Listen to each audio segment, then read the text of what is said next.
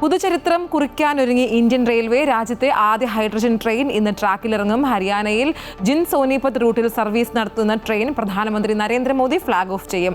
അത്യാധുനിക hydrogen fuel cell സാങ്കേതിക വിദ്യയിൽ സർവീസ് നടത്തുന്ന ട്രെയിൻ പൂർണ്ണമായും തദ്ദേശീയമായി വികസിപ്പിച്ചതാണ്. അമൃത് ഭാരത് പദ്ധതി പ്രകാരം നവീകരിച്ച രാജ്യത്തെ വിവിധ റെയിൽവേ സ്റ്റേഷനുകളും പ്രധാനമന്ത്രി നാടിന് സമർപ്പിക്കും. വിശദാംശങ്ങളുമായി ചേർന്നത് ജിഷ്ണു കൃഷ്ണനാണ്. ജിഷ്ണു, വളരെ അഭിമാനകരമായ ഒരു നിമിഷം വാർത്തയാണ് ഇത്. കാരണം തദ്ദേശീയമായി ഇന്ത്യ വികസിപ്പിച്ചെടുത്തൊരു ട്രെയിനാണ്.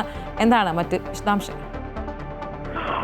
അശ്വിന, രാജ്യത്തെ റെയിൽവേ ഗതാഗത മേഖലയിൽ ഒരു പുതിയ ചരിത്രം തന്നെയാണ് ഇന്ന് തുടക്കം കുറിക്കുന്നത്. രാജ്യത്തെ ആദ്യത്തെ ഹൈഡ്രജൻ ട്രെയിൻ ട്രാക്കിലിറങ്ങുകയാണ്. ഹരിയാനയിൽ ജിന്ദ് സോനിപത് റൂട്ടിൽ സർവീസ് നടത്തുന്ന ട്രെയിനിന്റെ ഫ്ളാഗ് ഓഫ് നിർവഹിക്കുന്നത് പ്രധാനമന്ത്രി നരേന്ദ്രമോദിയാണ്. ഈ ഹൈഡ്രജൻ ഫ്യൂൽ ഉപയോഗിക്കുമ്പോൾ എന്നുള്ളത് മലിനീകരണമില്ലാത്തതും ഒപ്പം വേഗത ഉറപ്പാക്കാൻ സാധിക്കുന്നതും എന്നുള്ളതാണ് ഏറ്റവും പ്രധാനപ്പെട്ട കാര്യം. അതിനപ്പുറത്തേക്ക് ലോകത്ത് തന്നെ 5ാമത്തെ രാജ്യമാണ് ഈ ഹൈഡ്രജൻ ഫ്യൂൽ സംവിധാനം ഉപയോഗിച്ചുകൊണ്ട് ട്രെയിൻ സർവീസ് നടത്തുന്ന ലോകത്തിലെ 5ാമത്തെ രാജ്യമായി ഇന്ത്യ മാറുന്നു എന്നുള്ളതാണ് ഏറ്റവും പ്രധാനപ്പെട്ട കാര്യം. അത്യാധുനിക ഹൈഡ്രജൻ ഫ്യൂവൽ സെൽ സാങ്കേതിക വിദ്യയുടെ പിൻബലത്തിലാണ് ഈ ട്രെയിൻ സർവീസ് നടത്തുക. അതിൽ തന്നെ മറ്റൊരു അഭിമാനം എന്നുള്ളത് ഈ സാങ്കേതിക വിദ്യ നിലവിൽ രാജ്യം പൂർണ്ണമായും തദ്ദേശീയമായി വികസിപ്പിച്ചെടുത്തു എന്നുള്ളതാണ്. റെയിൽവേ വ്യക്തമാക്കുന്നത് ഈ ഒരു റൂട്ടിൽ, ജിന്ദ് റൂട്ടിൽ വിജയകരമായി ഓടി പൂർത്തിയാക്കുമ്പോൾ അതിന്റെ സ്ഥിതിഗതികൾ പരിശോധിച്ച് ആവശ്യമായ മാറ്റങ്ങൾ വരുത്തി രാജ്യത്തെ